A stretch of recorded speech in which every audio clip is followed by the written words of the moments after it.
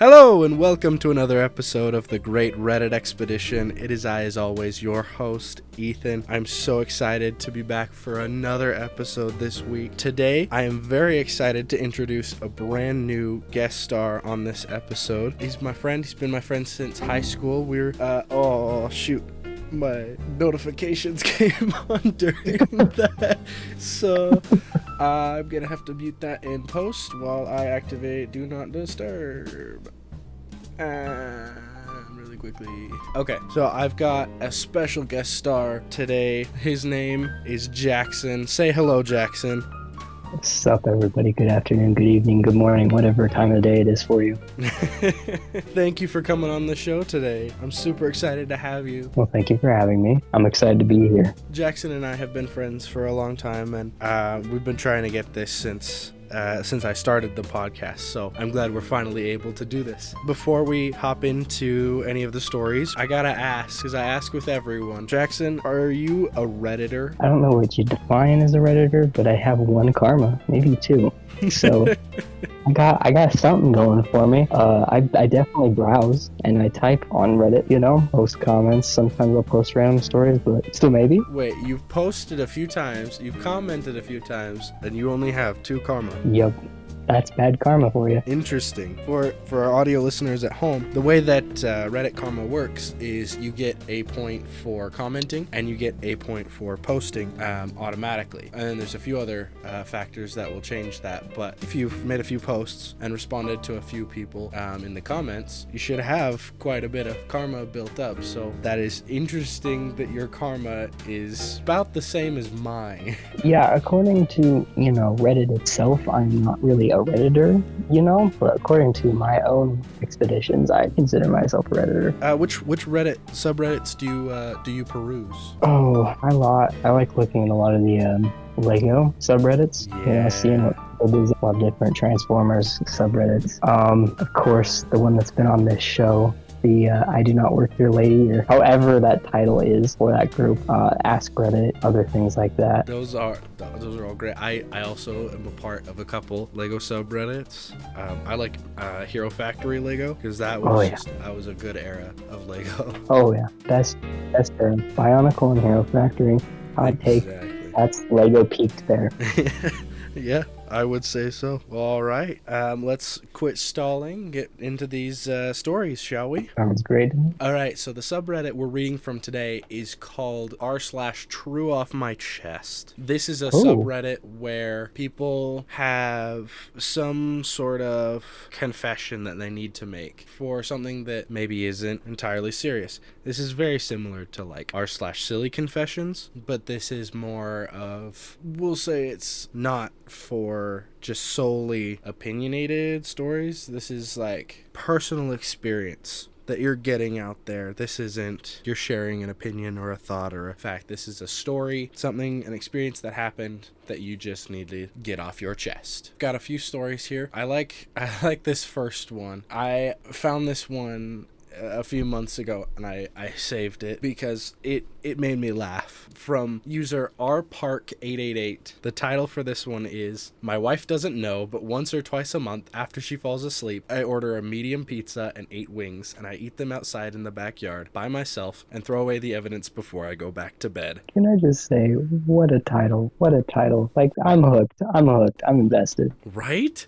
It made me laugh reading it because this guy, very clearly, it's weighing on his conscience because he posted it to Reddit, somewhere where he feels comfortable to share this information. A secret life of pets or something. All right, well, we'll dive into this. It's honestly the most exciting thrill that I often daydream about and look forward to. I wake up pretty thirsty and bloated, though. I'm going to pull this off again. Sometime in the next couple days, I'll try to document it with some pictures of all the glory. I ordered a large pizza tonight instead of a medium because of a coupon. I went with a thin crust. I like regular crust way better. After I polished off the 8 wings, I had to tap out after 4.5 pizzas. I was just way too full. Anyways, thanks for all the love. I probably won't be doing any more of these, but I'm glad you enjoyed partaking in my secret plate night indulgences. Love yourself, choose to be happy, even if it means not sharing with your wife. Dang. This man has an entire... How does she not know? Like, I do not you know. think that would rack up a pretty good credit card bill? You'd have to notice when you're like, oh, why are we missing like $100 this week? And you're like, Well, he does it once a month. okay, he does it once a month. Yeah, he says once I've or missed twice a that month part. in the title. So it's like, what? That's 40 bucks, 35, 40 bucks that he spends Still, on that's a hefty pizza and amount. wings. I feel like you notice that.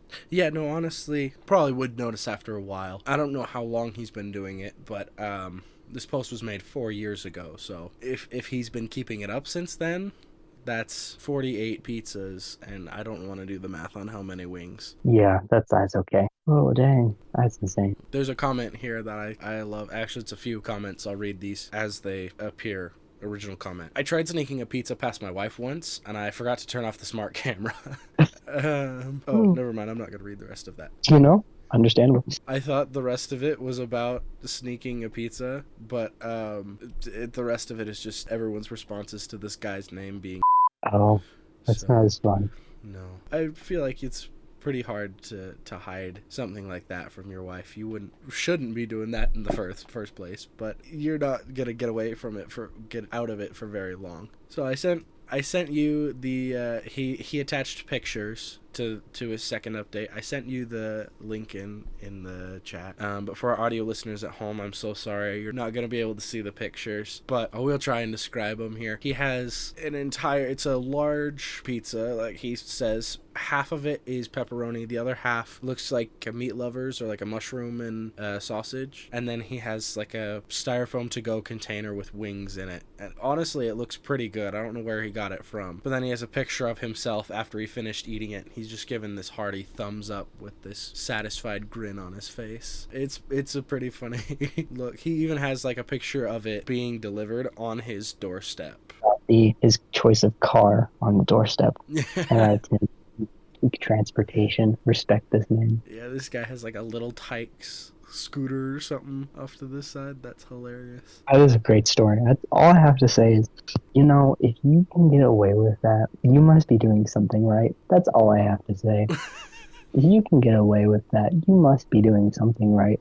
Because I know me, if I was like in such situation and my wife was doing that or something, I'd be like, why is $40 missing? Because I watch that kind of stuff. Like, I'd be like, wait, every month $40, but what? Do we have like an automatic payment? Like we have a subscription. So you're saying if your wife doesn't check the finances as often as you do, it's probably a problem? No, what I'm saying is if I had a partner that was doing that and I was the other person sleeping, I feel like I would notice. That's more or less what I'm trying to say, is I'm just surprised she doesn't notice, or he hasn't been caught. Yeah, I don't know whatever happened to it, but if he's still going, good on him. If he got caught, yeah, I expected it. I want to find this man's post and comment on it and be like, yo, he's still going? Just checking in. Yeah, just DM him. Be like, hey, so what's up with this? Hey, I feel inspired. You feel inspired? I want to do the same thing. Can I get some tips and tricks? I don't know. All Thank of these you. comments are just like, I did this sneaky thing behind my wife's back. I thought I was being sneaky, but I got caught. There's one, this guy was going to a grocery store, found out that the grocery store tracks their loyalty card number, and so his wife looked it up and found that he was spending money on junk food. Dang, that's tough. Another guy had a roommate. Oh, hang on. I gotta read this one. This comment says, I had a roommate that took sleeping pills, and after they were out of it, she'd give me $10 to $20 for 2+ huge bags of chips, eat them all, wake up in the morning, and then ask why there were empty bags of Doritos and barbecue Ruffles on her bed almost every single day. Dang. This girl's straight up sleep eating. Like, sleep eating. Like, you know how, like, there's, like, people are, like, like, they could talk about, like, bipolar, and they're, like, people, like, go impulse spending. And this person, like, goes to sleep in their impulse spending. Yeah. They're Which like, is dangerous. Right. That is huge. That is terrible for your finances. Especially if you're, like, have a Mercedes now. You're like, where did that come from? That's really funny. I'm very surprised, too. I want to know how big the bags of chips were, because it says she'd give him $10 to $20 for 2+ huge bags of chips. If she is getting, at the bare minimum, 2, and you're spending $10 on chips, where are you going? Those are expensive bags of chips. As someone who buys chips themselves, I don't spend that much. I was going to say, you a natural chip eater? Yes. I'm more of a chip eater than a Redditor. I feel like I peruse the chip aisle more often than I peruse Reddit. You- Hence why I have more Minecoin points from those Cheez-It sponsors than I do actual Karma points. Not sponsored by Cheez-Its or Minecraft. For everyone at home, he's talking about the currency that Minecraft uses for when you want to buy one of their in-game additional products. You have to rack up. It's what you get, like 200 Minecoin points per box or something. 350 per Cheez-It box. So for one box of Cheez-Its, you are getting the equivalent of like $3.50 for a Minecraft product. Basically, it's worth it because actually, I priced it to get the same amount of Minecoins as you would get with the Cheez-Its box. It's the same price. You might as well get Cheez-Its with your Minecoins. Dang. Business. All right, my man's found the loophole. Anyone out there, if you're playing Minecraft and you want a good way to get them mine coins, go ahead and buy loads of Cheez-Its. Treat yourself to a box of Cheez-Its. Treat you know yourself. You want it. Go ahead and get the oven roasted. I don't know if that's actually what it's called, but they're like the extra crispy ones. Extra toasted. That's what I actually just recently bought to get Minecoins. Let's go. That was right on the money. Oh yeah. All right. Let's go to the next story, shall we? Sounds great. All right. This one is kind of wholesome, but it might be a little off-putting at first, just based off the title. Okay. The title says, I gave flowers to my husband today, and his reaction made me realize I might be a bad wife. Oh, I mean, I could see where this is going. So I'll let you know when we get this story over with if it was. Alright, and I'll just dive right into this. Recently, my friends made fun of me. I'm a 35 female, saying that my husband, a 32 male, is the romantic one in our relationship. And apparently he wins by a big margin in that department. They even scoffed at the idea that I could be romantic at all. This made me start to be self-conscious about it, as one of my friends went on detail about how much more romantic he is compared to all my friends' husbands, and how I am the total opposite. This has been on my mind all week, and today a male coworker was talking about how his wife gave him flowers and how he was surprisingly happy about it. So I thought, well, why not? He buys me flowers all the time. I should start being more romantic. After work, I went to pick up a bouquet and headed home. When I arrived, he was playing with our daughter, and I gave him the bouquet and said, I was thinking about you, and I got you this. He started crying. He cried so much. He thanked me and hugged me and went to look for a vase to put the flowers in. Throughout the night, he cried randomly 2 separate times. I asked him if anything else happened for him to be that way, and he said no, that he was just happy that I got him flowers and was feeling a bit emotional. Here I am thinking, am I a terrible wife? He gets me flowers all the time, and I never got emotional like that. Not even close. Now I'm thinking back, and I don't nearly do as much for him compared to what he does for me in every way. And my friends are 100% right. Romantically, he kicks my posterior. I just feel absolutely terrible because I love him more than anything. He's my world, and I could not think of myself without him. He is an amazing husband, an even better father, and mostly he is my best friend. But I guess I don't show him how much I appreciate him, and he doesn't know how much I love him, and that makes me so sad. And then that makes me feel even worse because I'm thinking of myself instead of him. Now here I am in bed. I can't help thinking about this. I don't know if I should talk to him about it, or if I should just quietly try to be better and show him how much I appreciate him. Wow. So was this what you were thinking about? It was.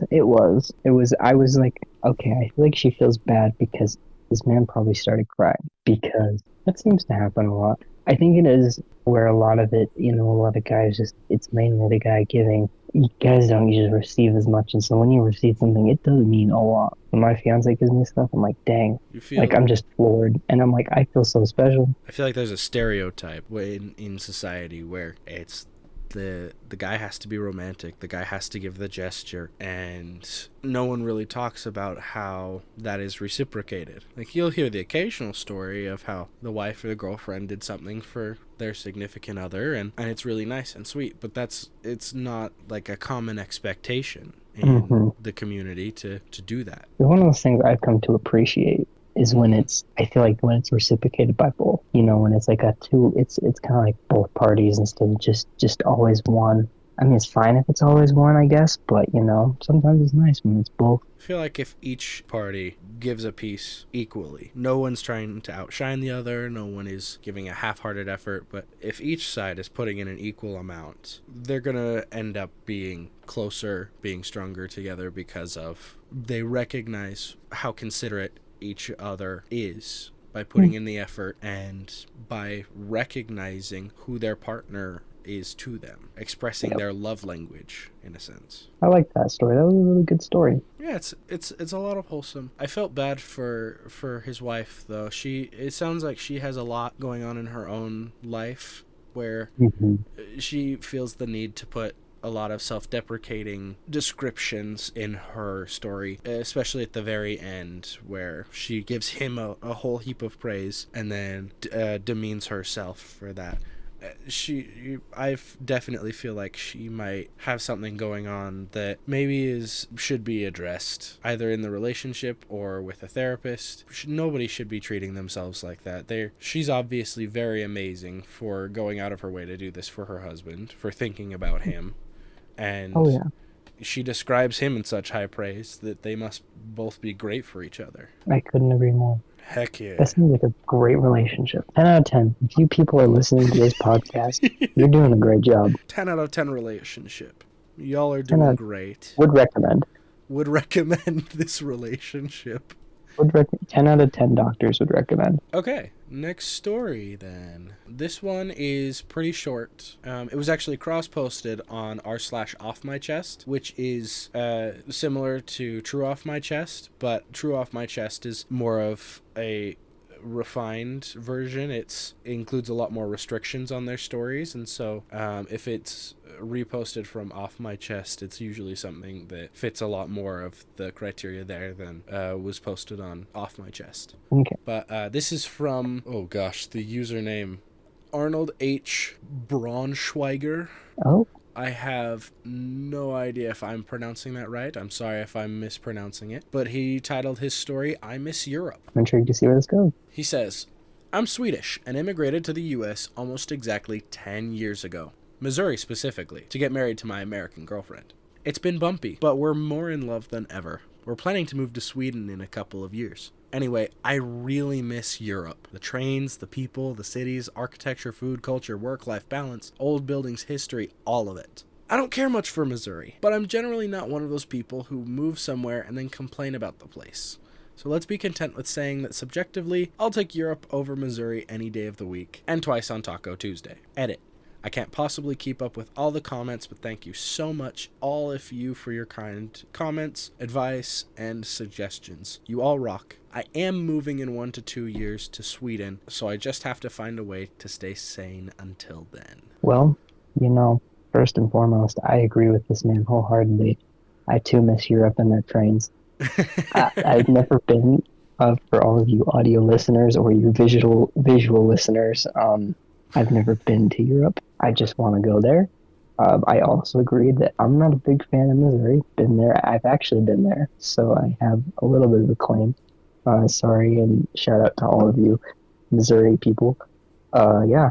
I've never been to Europe either, but just all of the media I've taken in, the videos and the pictures I've seen, it is a beautiful place. It looks incredible. I would like to visit one day and experience the culture over there. Going from Missouri, or Europe, Sweden specifically, to Missouri seems like a huge downgrade. Oh yeah. I'm sorry, you chose to live in the state that sounds like the word misery. That's your own fault. You could have picked anywhere to live and you chose misery. I'm so sorry. I was going to say, this reminds me of when I moved to Montana, the state that I came from, that I am in now. Originally, it's a lot more densely populated. And so to go from that to somewhere where it's very barren and very, very few people, there's more cows than people, it's definitely very much, I understand where you're I kind of miss that. I didn't like the fact that it's so densely populated where I'm from, but at the same time, you miss that when you're gone and you're man, there's nothing. There's barely even a Walmart in some cities. There's a comment here. That pretty much describes just exactly what we've been talking about. It says, I was born in the UK and live here now, but spent a majority of my childhood and early adulthood in the US. Your points of reason for missing Europe are accurate and valid, but on the other hand, you're probably just a city guy and that's what you miss, because Missouri, there's probably nothing out there. No one ever talks about Missouri. Yeah, at that point. There's another one that just says, yeah, you picked the crappiest state to move to. Yeah. I'd say though the crappiest is Nebraska. Not to hate on all you people from Nebraska, but there is literally nothing out there. Nothing but fields. So, There's just this whole comment thread is just people dogging on U.S. states. There's somebody here, I wouldn't say crappiest because, hey, there's Mississippi and Alabama, but it's definitely not one of the best. Dang, wow, what a stab. For this one here, Oklahoma would like a word in. There's a lot of people with specifically more eastern United States. People really don't like the East. I mean, I guess. Actually, a lot of them sound like the South, so I guess maybe they're just not forgiving because of the Civil War. I don't know. I don't know if that's the case or if it's, I don't know. But apparently it's a big problem to live in the eastern U.S. Apparently. Well, good thing I'm not moving there anytime soon, I guess. Just go ahead and live in California where it's all densely populated and it takes 2 hours to drive 5 miles. Yeah, no, that's too expensive for my wallet. For those of you at home, I'm broke. Anyways. Welcome to the rest of society. I live in a cardboard box outside. You might be asking, how am I recording? I'm calling from my cardboard phone. It was a box that once had a phone in it. It's one of those like little Tykes phone playground setups, but it has the little plastic phone in it. Yeah, I got one of those. I'm just calling you from a playground phone. It's that little tube that you yell in. Somebody on the other end can hear your voice, but it's a lot crappier. Yep. Okay, last story. This one is kind of long. There's a couple updates to this one. The most recent update for this one is from 3 weeks ago. But the original post was made 2 years ago. Here's the original post from user throw_away_6675565. That feels like a cheat code.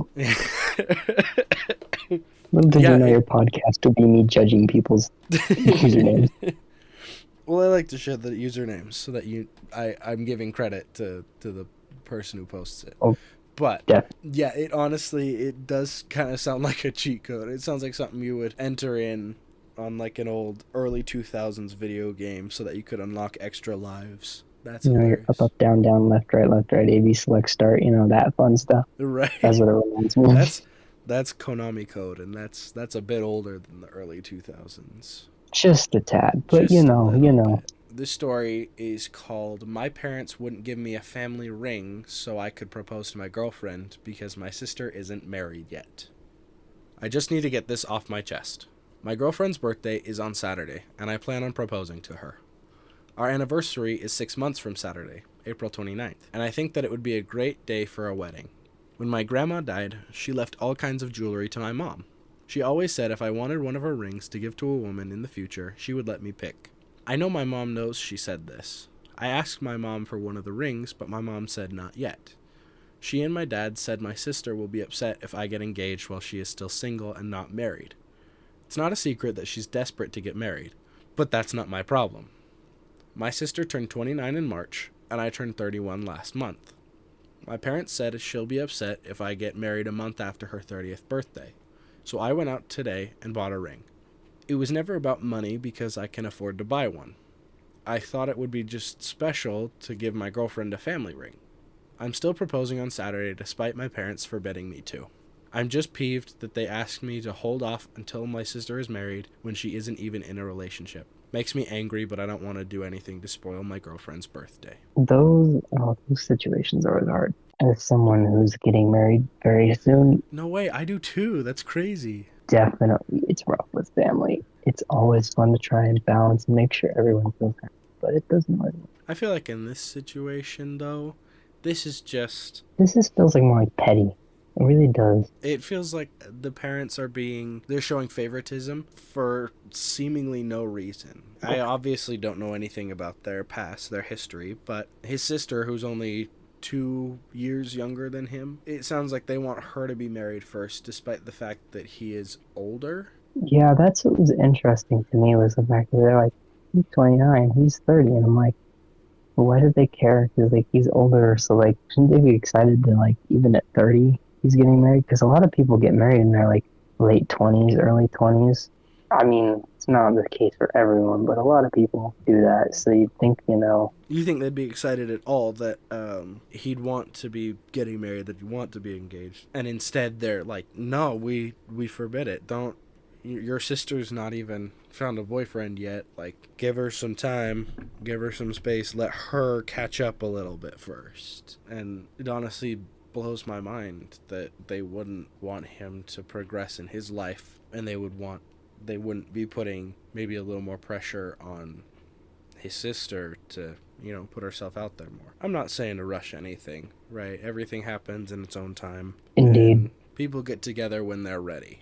But if it's that important to these parents, you'd think they might expect or put out the expectation that it happen a little faster, is all that I'm saying. Or they would be setting their daughter up on blind dates or something or other. They would be trying to help her out instead of just telling the oldest, no, don't do that, you'll ruin her. When, hey, it might, motivate her to want to get married. All right.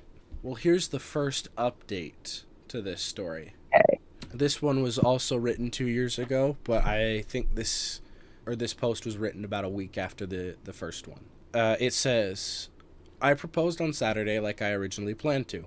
I proposed with the ring I bought after my parents denied me one of my grandmother's rings. As I said in my original post, it wasn't about money I could afford to buy a ring. It was about being sentimental because my grandmother always told me I could have one of her rings.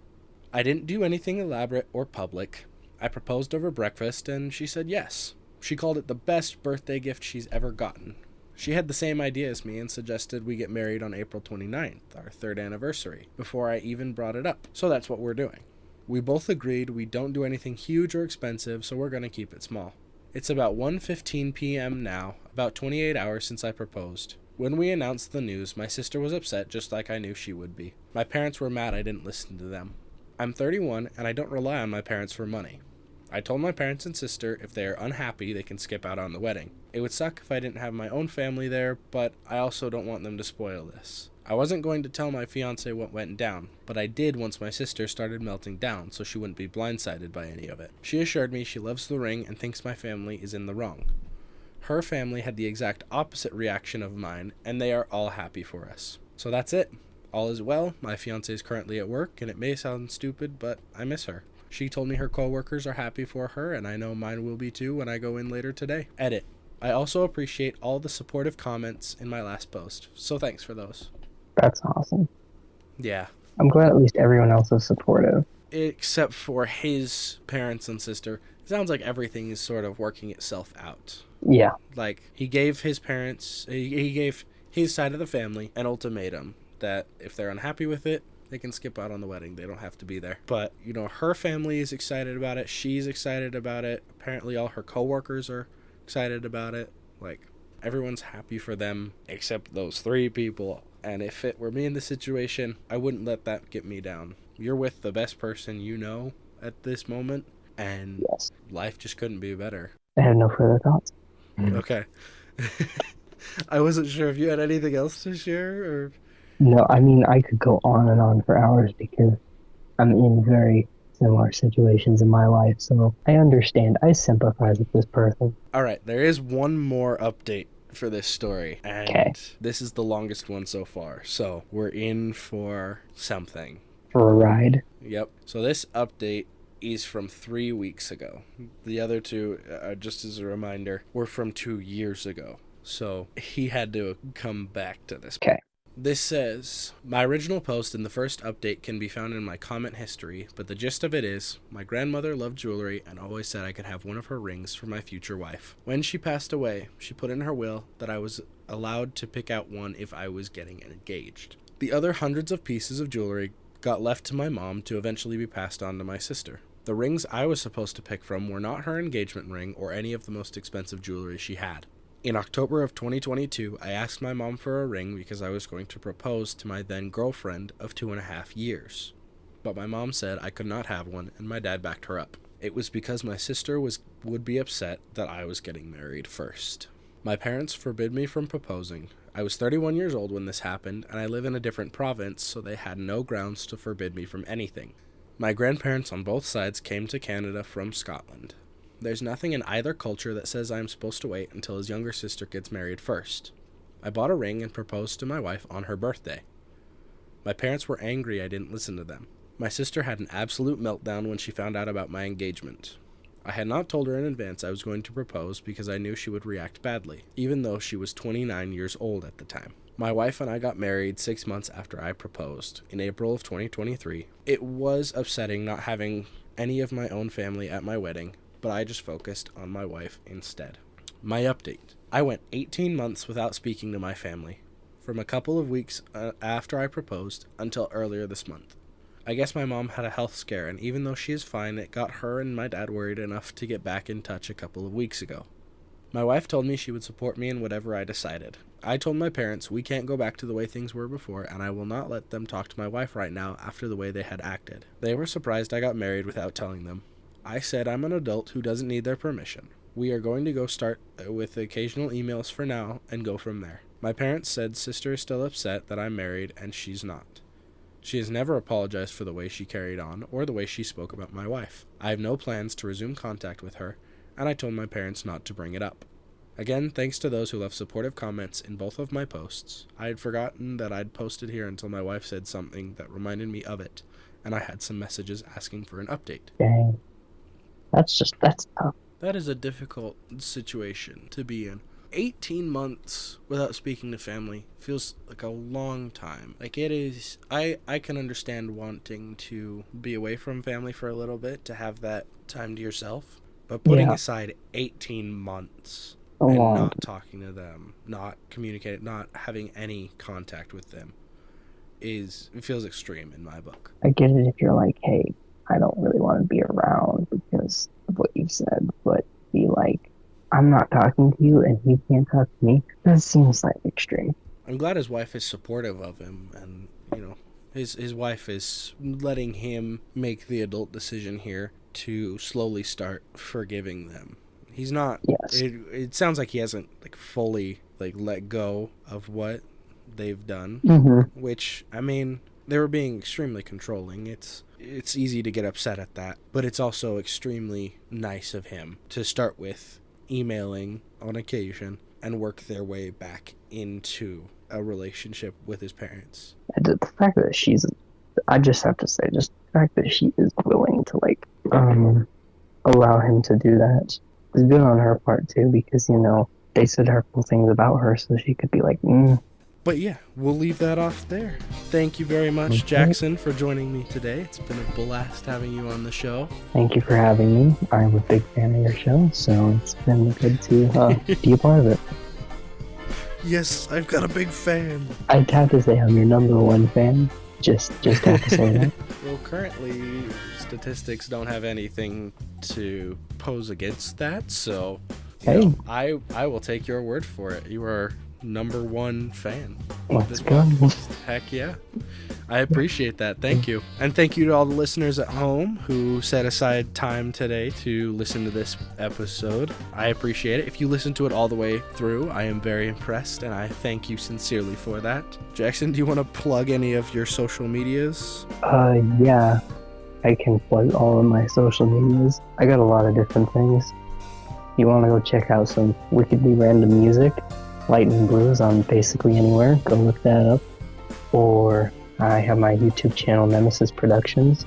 Good luck finding it. There's 60, but it is the only one with a purple Transformers Optimus Prime looking head logo. So go check that out. Well, thank you very much. I hope you all have an amazing week. And I will see you next week for the next episode of the Great Reddit Expedition. And goodbye!